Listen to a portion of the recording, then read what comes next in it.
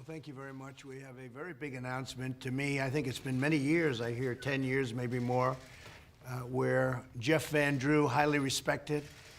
In fact, I didn't know as a Democrat how you could have won in that district. I know the district very well, but that is a great tribute to you. But Jeff will be joining the Republican Party, and we were very fortunate. He voted our way yesterday, as you probably know. And we had a totally unified party. I don't think there's ever been a time where the Republican Party was so united. But Jeff will be joining the Republican Party, and I really, to me, it's a very exciting announcement. I think, Kevin, you said it was about 10 years since that's happened. Yeah. And I don't even know who the last one was. It would seem to be it was even more than that, but it's a big deal. It's a very big deal because he's going from the majority to the minority, and it normally doesn't go that way. Yeah, but he's very smart because he knows it's not going to be the minority for long. I have a feeling we're going to do very well in 2020 and November 3rd to be exact. Get out and vote. But Jeff, thank you very much. It's a great honor. Thank you, Mr. President. Thank you. Please. Thank you. You'd like to say something? So I have a few words, and I usually never, ever, I don't read speeches, and this won't be very long, I promise you, Mr. President, but I had a few bullets. There's a few points I really wanted to make today. And I would start with how this started. I've been a Democrat for a lot of years, and I actually had a meeting with somebody about 2 weeks ago, I guess it was, and the individual was a local county chairman in the Democratic Party. And he sat down and he says, I just want to tell you something. And he said, I want to tell you that you can't vote against impeachment. I said, what do you mean I can't vote against impeachment? He says, you can't vote against impeachment. You will not, I have 8 counties in my district. You will not get the line. You will not get the county. I will do everything to prevent that from happening and everything to destroy you. This is a pretty young guy, too. Yeah. He's pretty Wise gutsy. guy. And it kind of hurt because for years, I have given everything that I could to my people in my district. And you know, Mr. President, you asked why I win. Truthfully, because I'm a crazy man, and when people have a problem, when they need something, when we want to help them, I had the best staff in the world, good people around me, and we do everything that we can to make it better. And that kind of hurt. Right. And it kind of made me think a little bit, is this what I really want to do? Because there were other times in my life when I thought about this. I thought about it when I did legislation, actually it was in the state Senate. And I don't know if this is going to be relatable or not, but I want to say it anyhow because I've always wanted to just mention this because I think it's important in a way. This was not a complex bill. It was not something that was, very difficult to understand. It isn't intellectually stimulating to some people, I understand. But I did 2 bills. And one of them, it's unusual for New Jersey, would allow in any public or private building to have "In God We Trust" on the wall. And the second one was that you could fly the American flag wherever you wanted to, however you wanted to, as long as it was respectful. And I thought these were wonderful bills. I mean, I thought everybody was going to be, this is just a great thing. And I had some very progressive, and not all Democrats, but these were really progressive Democrats that came to me and said, we're really disgusted with you. And I said, why? Making such a big deal about the flag. The flag's just not that big a deal. In God We Trust is not that big a deal, and you shouldn't even mention his name. And I was shocked. I was shocked. We put him up anyhow, and we did what we wanted to do, but it really... It's a very Republican thing, by the way. I know, I know. You're not going to find any one of us that, I can tell you, Kevin, Mike, I think you're okay with it, right? And I think most folks should be okay with it. The whole country should be okay with it. You're right. I talk about American exceptionalism. This is the greatest country on the face of the earth. I started out as not a wealthy kid, had the opportunity to work hard, got into dental school, graduated, and my God, I'm sitting here next to the President of the United States.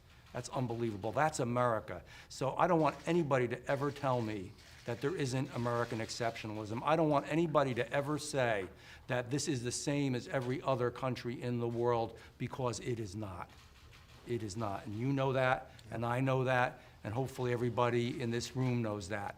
And again, from certain groups of people that represented certain parts of the party, I was criticized, and they said this country is the same as every other country, and there is no such thing as American exceptionalism. I'm a capitalist. Socialism, in my opinion, has no place in the United States of America, and I think everyone should know that.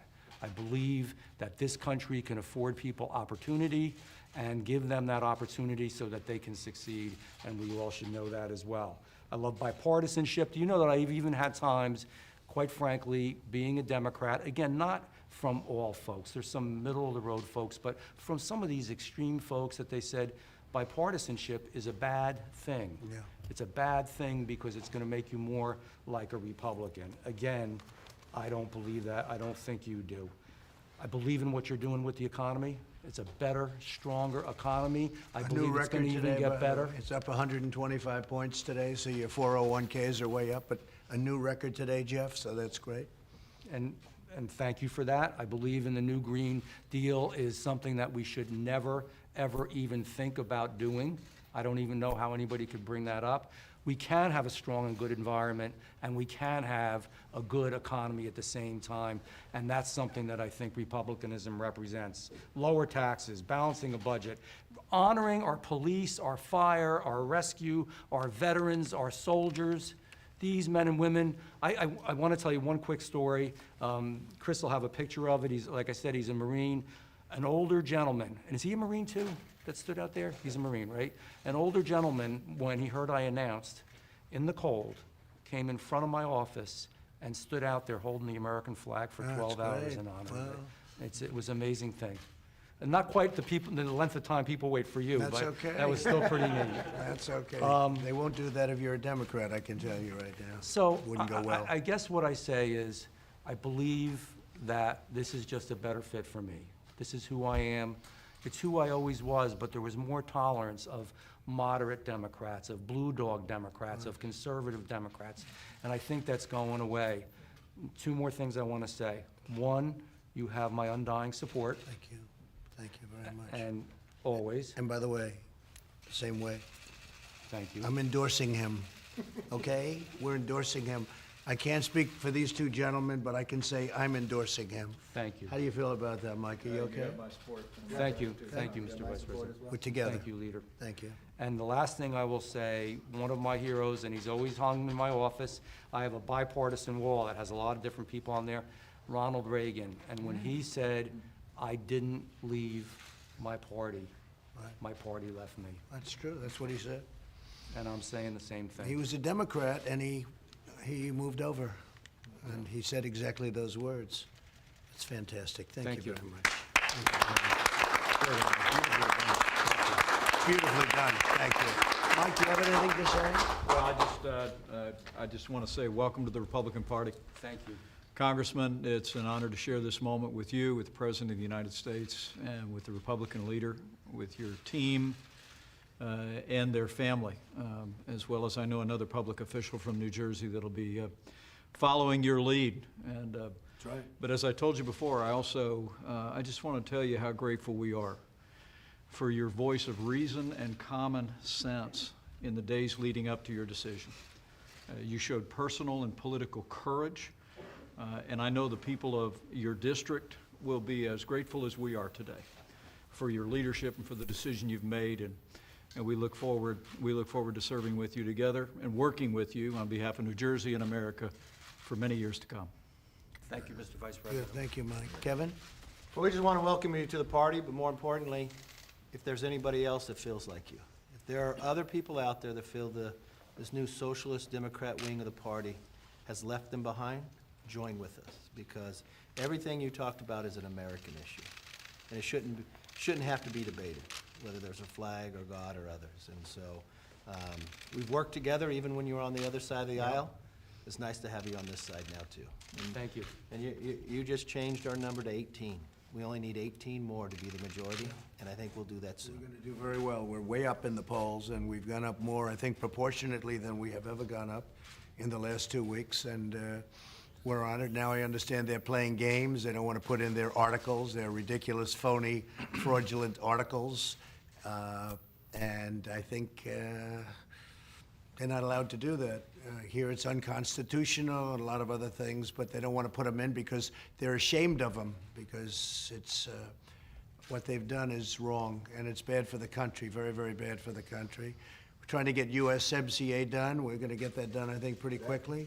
We have our great deal with China. China's already started to buy with the farmers and with the manufacturers. Tremendous amounts of money are being spent back in the United States, and the farmers are happy. They had to put up with a lot, but we took care of them out of the subsidies that we were getting, out of the tariffs that we were getting. But China's now buying very big in the farm belt and in the manufacturing belt also. They're spending a lot of money, and I said it was going to happen, and it happened, and we're going to get a lot more. They want to keep going. They're still paying tremendous amounts of tariffs, and they'd like to have the tariffs reduced, and we'll see if we can get a second part of the deal. But the USMCA, the combination of those two deals will be the two greatest trade deals. You'll never see anything like it. So we've done very much what we said. You know, Jeff, we rebuilt our military. We spent almost $2.5 trillion on the military. When we came in, the military was totally depleted. I will say the Democrats did not help. They're not into the military at all. And we spent $2.5 trillion. We have new planes. We have new everything right now. Much of it's coming over the next year, but within a year we'll be in a position that we've never been in terms of equipment, and the military will be as strong as it ever was, proportionally, maybe stronger. So it's been an amazing period of time, and to have you is a tremendous asset for the party. And again, thank you very much, my friend. Thank you. We're with you all the way. Thank you. Thank you. I'm with you. Tremendous honor. Thank you. President, can you speak personally for a moment and just tell us, what does it feel like to be the third president in U.S. history to be impeached? Well, I don't feel like I'm being impeached because it's a hoax. It's a setup. It's a horrible thing they did. They happened to have a small majority, and they took that small majority and they forced people.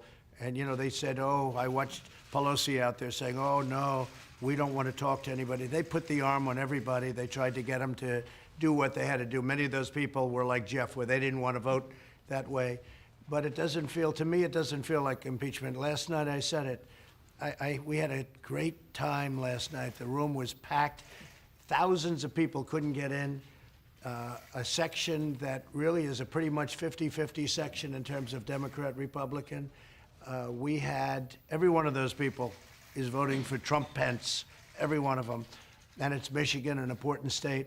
We brought back tremendous amounts of business, tremendous car companies coming in, everything else. And I'll tell you, I was up there and I was thinking about it. I actually said it. It doesn't feel like impeachment. And you know what? It's a phony deal. And they cheapen the word impeachment. It's an ugly word, but they cheapen the word impeachment. That should never again happen to another president. And I think you'll see some very interesting things happen over the coming few days and weeks. But to me, all I look at, we have the greatest economy in the history of our country. We've never done so well. Our military being rebuilt. You take a look at the tax cuts. You take a look at the regulation cuts at levels that nobody's ever seen. We're protecting our Second Amendment, which other people won't do. No, we're doing things that nobody's ever done before, nobody's ever seen. We have the strongest economy in the history of our country, and our country is doing well. And you know, the other thing that I really saw from yesterday, that I think you people have been covering politics for a long time. You've never seen a Republican Party. 0 negative votes. 0. That hasn't happened almost ever, because the Republicans are not necessarily known for that. We have better policy. They want open borders, the Democrats. They want sanctuary cities. A lot of bad things happen, a lot of other things they have. We're doing tremendously on health care. The individual mandate, you know, we won yesterday in Supreme Court. You saw that in the appellate division. We won yesterday. Individual mandate is now gone. That's tremendous savings. That was the worst part of Obamacare. We take care of pre-existing conditions. They're not going to be able to do that. We're doing things that nobody's ever done before, and our country has never done better. So we're really happy about it, and we're really happy to have Jeff on board. And we think in 2020, based on the polls, I just saw a poll came out in USA Today yesterday where I'm beating every candidate by a lot. I guess most of you saw it. Not that USA Today is a friend of mine, because they're not.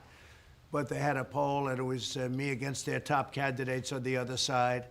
And I'm beating everybody by a lot. And I think that's where we're going. I mean, we have the best economy and history, and if you remember the famous quote, "It's all about the economy, stupid." Well, I never believed it was all about the economy, but the economy is a big thing. When you have 401ks where people are up 70, 80, 90, and even more than that percent, they like Trump, and they like Mike, and we're going to have a good time. Thank you all very much. Thank you. Thank you very much.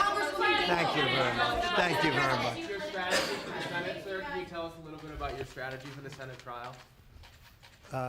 We think that what they did is wrong. We think that what they did is unconstitutional, and the Senate is very, very capable. We have great senators, Republican senators. We cut your taxes, we cut your regulations. We did things that nobody else would even think about being able to do. And I think, you know, one of the things, Jeff, that we've done that nobody wants to talk about, this week I will have signed the 172nd federal judge, including appellate judges.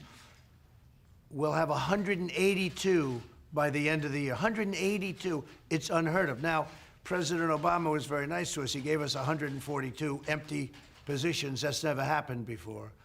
But as you know, that's said to be the most important thing that a president has. I happen to think military and defense and all of is the most important thing. But this is right up there. We'll have 172 judges. We're going to have 182 by the end of the year or shortly thereafter. And it's the most incredible thing. And 2 Supreme Court justices, 2 great ones.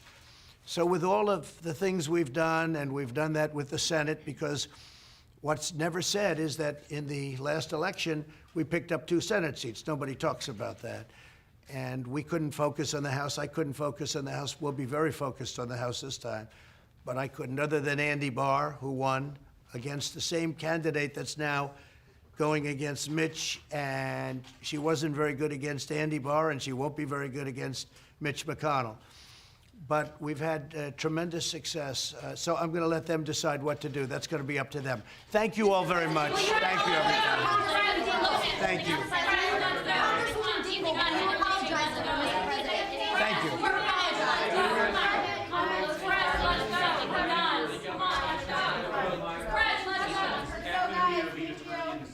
I think so, yeah. He's doing a great job. Pat. Yeah. Yes. He's going to be your main lawyer in the Senate? It looks like that, yeah. Pat Cipollone. We have a couple of others that we're going to put in, but Pat's been fantastic as White House counsel. Thank you, everybody. Thank you. Mr. President, do you regret your comments about printing jingle? Let's go. We're about to go vote. We gotta go vote on USMCA. Yeah? Go vote. We gotta vote on USMCA. Come on, let's go. Let's go. Thanks, y'all. You guys, press, move, come on. Bill, okay, you. Come on, guys. You asked him more about it.